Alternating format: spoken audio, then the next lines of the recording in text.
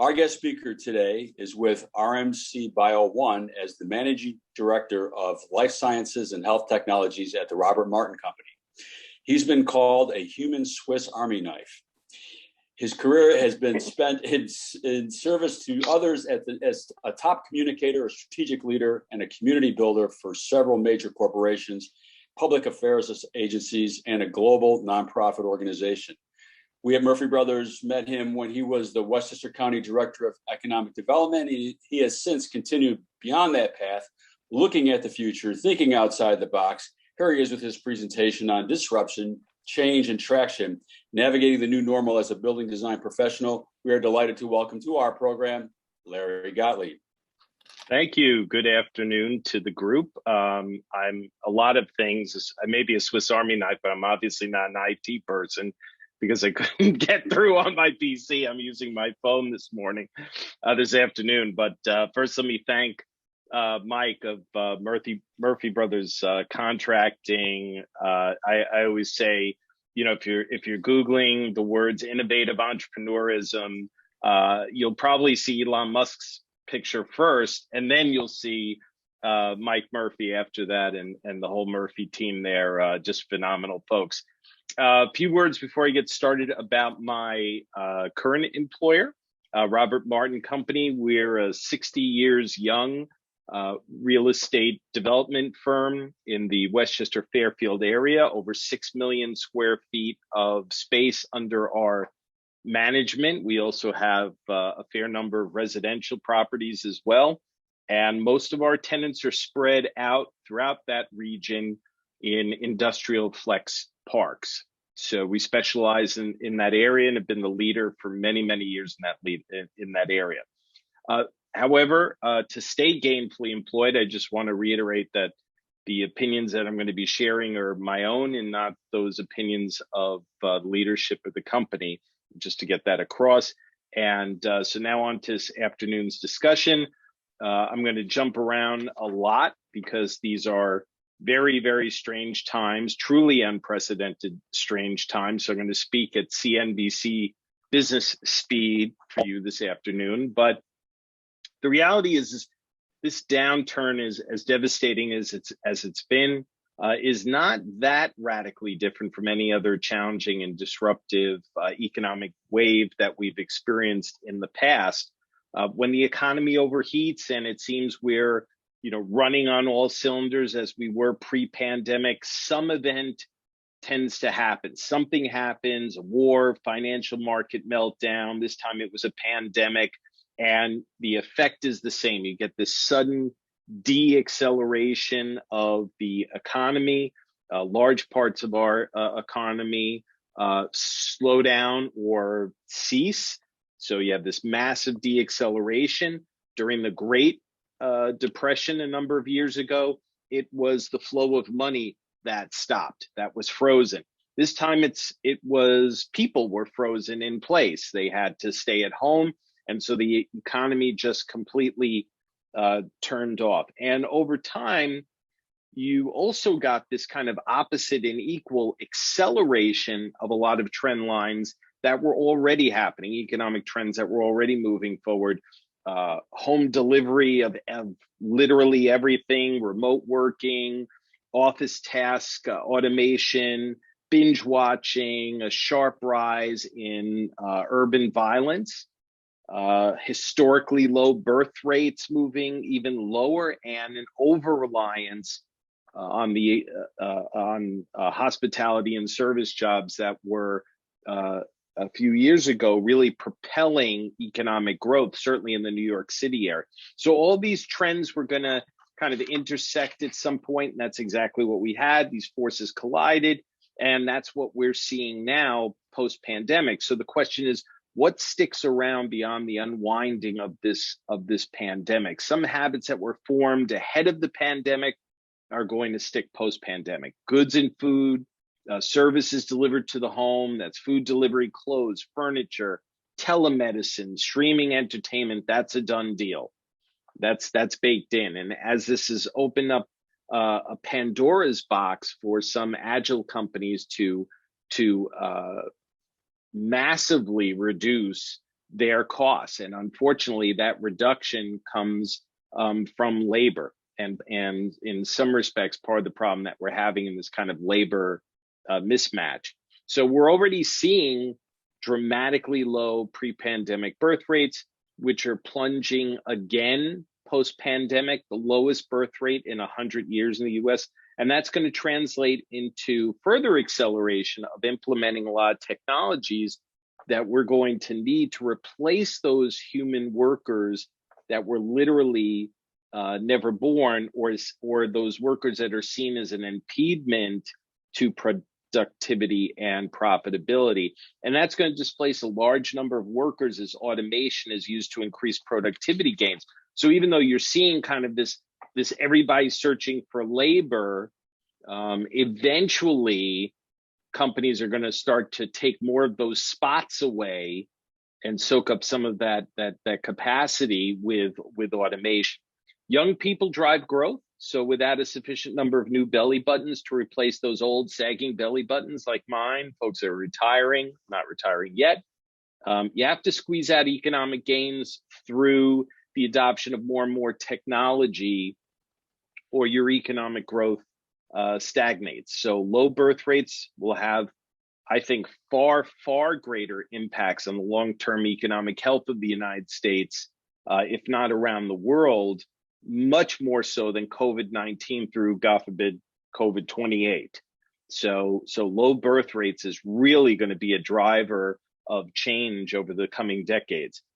Speaking of COVID, with each passing day, I'm less convinced that companies are completely going to shift to all remote working and remote learning, because I believe, and there are a fair number of experts out there that believe the same thing, which is that humans need that kind of in-person interaction that we don't necessarily get from Zoom through these types of iPhone camera conversations. Most of our communication is in-person learning, bonding, reading signals across a table from either a teacher or a colleague when making a sale or trying to learn a new skill. So it's difficult to get that, to achieve that knowledge through a computer screen. And quite honestly, growing young talent, grooming those individuals through mentoring is far more powerful in person, and young people know it. And so companies now, especially tech, is leading the way, saying we want people back in the office. IBM just made that announcement. So the race back to the office, I think, is going to happen in larger numbers faster than some are predicting now, or were predicting just a few months ago. We also have serious inflation kicking in. Escaping to that dream Airbnb to live, work, learn, and play is going to be a hell of a lot more expensive now than it was just even a month or two ago. So I don't know how many people are going to be able to pay themselves instead of shifting those costs back to their employers and or school districts. Remember, when we have this shift to home learning and home working, those office expenses were really shifted to the backs of workers. So you're paying for more Wi-Fi, you're paying for computer equipment, you're paying that extra electricity and that air conditioning now. That used to be on the back of the employer. So I think people are going to start to see that as those bills come in and go considerably higher. And to me, remote really means providing options. And so I don't think remote's going completely away. I think businesses as well as individuals have now been shaped by the COVID experience, and they're going to want flexibility in everything that they do. They want a flexible policy baked into everything: buying, learning, loving, living, breathing, riding on, riding in, sitting on, whatever they're doing. It's about flexibility. Is the lease on my car, my house, my apartment, my office, my hotel room, my concert ticket is flexible in case something happens, COVID-20 spreading across the country. So flexibility in reality is an insurance policy that we're going to have to provide with every transaction and business decision that's made. So for people looking at spaces, they're going to say, hey, can I convert to drive-through service quickly for my sit-down restaurant setup? Can I convert this area to outdoor dining within minutes? Can I quickly move these walls around to create individual workspaces instead of open workspaces.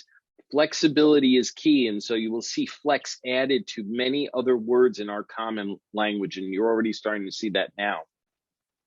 And so it's going to be a centerpiece demand in architectural design and construction. How flexible is that design? How much effort would it take to change this element, to remove this wall, convert this room, add a floor? Everything from hospitals to hotels to home offices. It's going to be about living a highly flexible, pliable, elastic, fantastic life.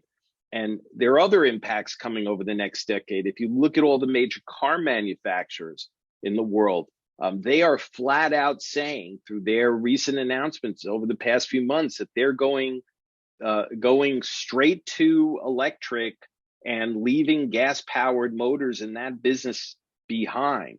And that's going to marginalize what has been the primary energy driver for vehicles of all types for decades and decades and decades. That's going to change a huge part of the economy. So we're going to have to accelerate our plans for an electrified future. There are folks out there saying, oh, that's way off, but it's not so way off. So cars, service fleets, parking lots are going to need to be electrified, and your homes are going to need more driveway outlets. Almost everything we interact with is going to have some form of electrification and chips embedded in it that are going to be energized and need to be electrified. So it's very, very rare when a major industry gives you a clear direction as to where they're going over the next decade in terms of technology. And this is probably one of the biggest I've ever seen in my career. And that's a massive change to the way we work. I mean, the Ford F-150 is going electric, and the prime selling point on the truck is that you can use it as an on-site energy source power plant and use it to run your household in the event of a blackout for several days, maybe up to a week. That's amazing. That's the selling point out there for the new F-150. So everything's going to change. This is going to have a seismic impact on how we site energy infrastructure, urban development. It's an electrified future. It's coming fast. And you're going to hear a lot more, certainly in design, you're going to hear a lot more about how do you creatively aesthetically hide all of this electrification so it blends better into the environment.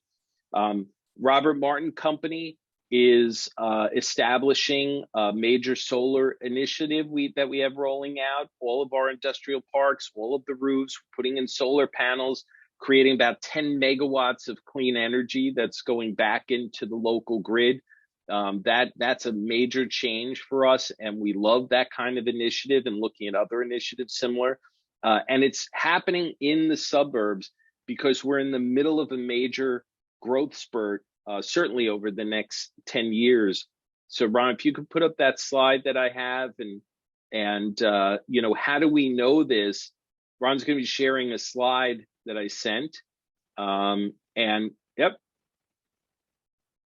this is CNBC speed right, Ron. It allows me to grab some water.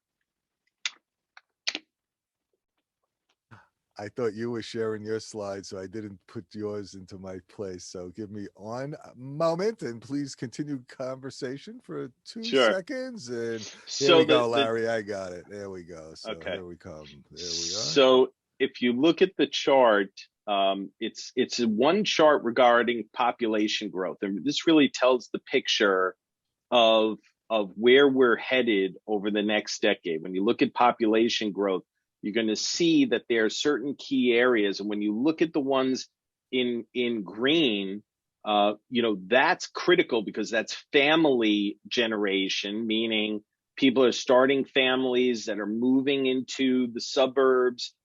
That's your typical kind of suburban move out of the city. You get married, you have kids. Today, you don't have to be married to have kids. Shocking news. And you move to the suburbs because you want more room. So you're going to see that that's where the growth is going to be, as well as seniors that are going to stay in the area because they're healthy, They're wealthy and they're wise, especially in the Westchester market. And so that's where the growth is going to be, where we've talked a lot about transit-oriented design. And yet when you talk about electrification and these other things, getting services to the home, it may very well be that that equation changes and you start to see the home become more of a bigger part of the equation for the suburbs. So in terms of the commercial real estate industry, as a landlord, we see a more complex picture than just saying things are great or things are terrible. It's more Grebel, because the truth lies really somewhere in the middle. Most of our flex industrial space, and you could take that chart down if you want, Ron, we see last mile distribution is really gobbling up most available space, industrial space. It's not just Amazon, but company names you've never heard of that are in that last mile logistics. They provide all of those goods and services, and they're literally forming a circle and a network and a web throughout the whole New York City tri-state area. And a lot of that is going to be in service to the suburban market. So a lot of announcements about deals are about companies that are logistics companies that are providing those goods and services that are driving that last mile to the consumer's door. And so that's going to continue at a feverish pitch. So when you read those real estate trades, that's where a lot of the deals are happening. And a lot of the leases that we're seeing are in that area. You still are seeing companies that are struggling to come up with the rent, and they're either paying small parts or not paying at all. We've been lucky in our industrial flex properties. That's not as big of a deal as it is for a lot of folks that just have office properties. And that requires companies to make significant reinvestments in those spaces to make the changes for those, in our case, last mile type companies. And that's an investment. That's a significant investment. So as rosy a picture as some people are putting out there in terms of economic recovery, a lot of that is going to come through reinvestment and repositioning of certain properties. And there's a cost to doing that, and that's going to continue. Retail is going to continue to struggle. That has to be reimagined to more experiential types of atmospheres. And obviously people right now want to go out, want to enjoy themselves, want to socialize. And so I think that's going to continue, and you'll see those spaces kind of be repositioned. We're not seeing a massive migration out of New York City right now of companies. That never really came to fruition. However, we do see that there's going to be more of that hub and spoke strategy where companies that are in the New York City area that want to establish a satellite location out in the suburbs. I think that's going to continue, and we'll see that change again, all about that flexibility. So the last two things that I'll mention, so we can leave time for questions. One is about the COVID relief bill. That is flooding the marketplace with a tremendous amount of money. I mean, just an incredible amount of money. And that's all going to flow through government, and it is flowing through government. And so a lot of the projects that are going to be coming online over the coming years are going to be fairly significant municipal projects as they apply those dollars to infrastructure. Even if there isn't an infrastructure bill, I think those dollars are going to be used to generate a lot of projects. So I think construction, I think architectural design, all those support services, there's going to be a lot of opportunity out there because the investment in infrastructure boils over into private investment, and that spurs that as well. So you're going to see that, and also a reason for inflation, but that's for another story. And so those things are going to happen.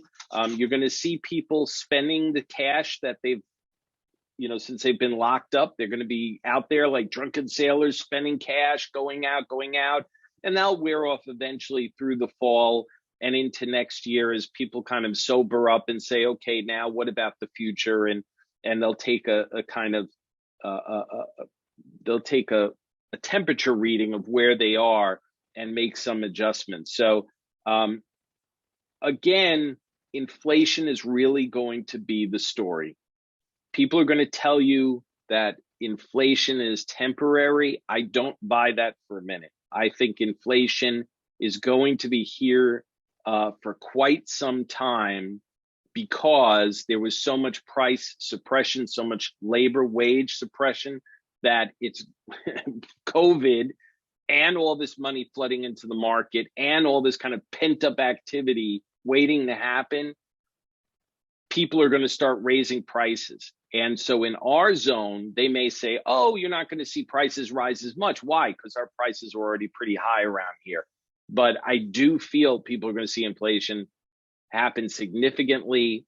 Just released this morning, the Labor Department released their figures, and consumer prices have accelerated the fastest pace in 13 years.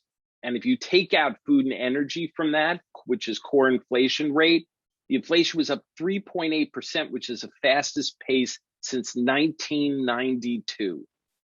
That's incredible. A lot of folks around have never experienced inflation like that. Those of us old enough to remember gas lines, rising prices in the 70s, it's scary to think. The Fed isn't that worried. I do have some fair concerns about inflation. So I think that's going to be the story. It's inflation, low birth rates. It's going to dictate a lot over the coming years. And I'll leave it at that. Wow, thank you. That was great, Larry. Okay, we got a couple questions for you. And folks, if you have additional questions, please put them into the chat box and we'll get to them in the 8 minutes we've got left with Larry before the next piece of the presentation. So Larry, first, any thoughts on how Westchester should approach the housing challenge? Yeah, and it is a challenge. And you see some municipalities have taken a hard look at their zoning. When I was head of economic development for Westchester County, I used to hear from the municipalities, and this was during the Great Recession. So probably the worst recession we had faced since the Great Depression, because money wasn't moving. That was really the issue. Capital wasn't moving. And the municipal officials used to say, Larry, how do we get our economy going? You know, how do we attract businesses here? And I used to say, are you ready for those businesses? It's not being shovel ready. Are you business ready? And I think municipalities have taken that to heart this time around, and they're doing the right thing, which is they're looking at their zoning, they're looking at what has prevented growth in the past, and they're saying, this is 2021, not 1975, and we need to make changes. So you see more of the kind of form-based zoning. Municipalities are looking at that, and I think that's a good idea.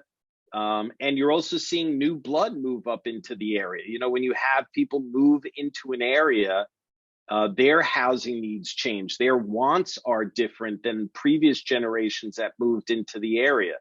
You know, we may be moving back to multi-generational families living, still cohabitating in the same household. So it's all going to change, and that drives investment. And you're seeing that with a lot of the residential, certainly on the rental side, of a lot of rentals popping up. We have several rentals. They're filled to capacity. And a lot of those folks are working in the life sciences. They're working in the health markets. They're working in for the hospitals, healthcare campuses. So all of these factors are going to drive growth over the next few years in housing. Excellent. What is RMC Bio 1?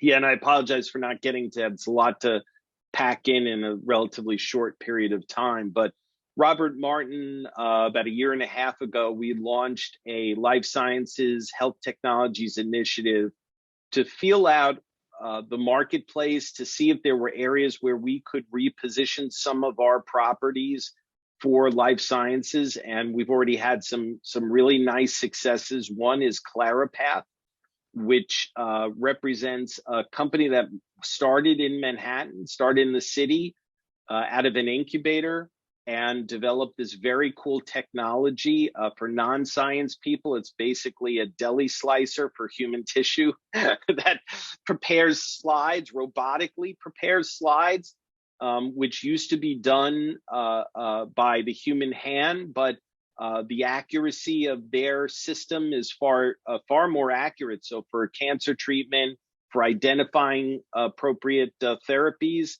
that accuracy really helps. And ClariPath, we were able to attract ClariPath to one of our properties.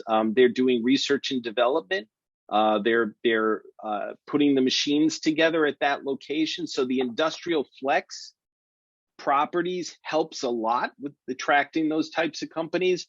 And we hope to have more coming to the area and building out laboratory space for those folks that are doing more of the chemistry and development versus more of maker space and health tech development. Excellent. Last question, because then we're going to have to run on. Yep. You said that the inflation rate was 3.8% without energy and food. When you put in energy and food, what do we wound up with now? The rate was, hold on. I think the rate with food and energy, just off the top of my head, I think was 5.2%. But I don't have that figure right off the top of my head, but it was significant. I mean, it's over the largest, 5%. Over 5%. It was the largest increase in 12 years. And with that said, if you're not an economist, you go on your Facebook page and you look at your friends, they're all saying, "Oh my God, how much did you pay for chicken parmesan last night at the restaurant?" You know, I mean, you don't have to be economists to know prices are going up, but this is going to be a seismic shock to people who have never experienced. A lot of millennials have never experienced this level of inflation, and a lot of the tech companies, Ubers and your Grubhubs and all these folks, their Airbnbs, they're raising prices significantly to make up for lost revenue. I mean, Uber lost a tremendous amount of revenue. Has to come from somewhere. It has to come from somewhere. So your food costs in construction, you're talking about metals, wood, up 50%, 100%, and that's within the last quarter. It's continued to, dramatically increase. So it's not going to continue forever, but that means less building, people reconsidering doing projects now. So inflation has, as much as in some respects has a positive effect for people where wages were stagnant for a number of years, for more than a decade, if not more than that. But when you're trying to get people back to work, inflation is tough. Inflation can kill off a lot of jobs. At the same time, it puts more money in some people's pockets. So it's something to watch and be aware of. But I think it's being undersold and under discussed in a lot of business forums. All right, quick answer to this one. Will there be continued growth in outdoor spaces as we approach dealing with the possible higher number of COVID iterations, and New York City's parking spaces may become permanently converted to restaurant patios, for example? What about relaxing code restrictions for accelerated public use spaces on rooftops? Yeah, I think all of it, all of the above, because when you go to the city now, it has almost a European flavor to the city. It looks like a European city. And my personal feeling is, as well as a lot of people I've talked to, they like it. I mean, they love kind of business spilling out into the streets. And, congestion pricing has not even started in the city. So when congestion pricing hits, there are going to be a lot of people who are going to be like, I don't feel like driving to the city, because that adds a tremendous cost to going down the city. And when you add in parking fees and everything, so giving streets back to pedestrians in concept is a nice idea.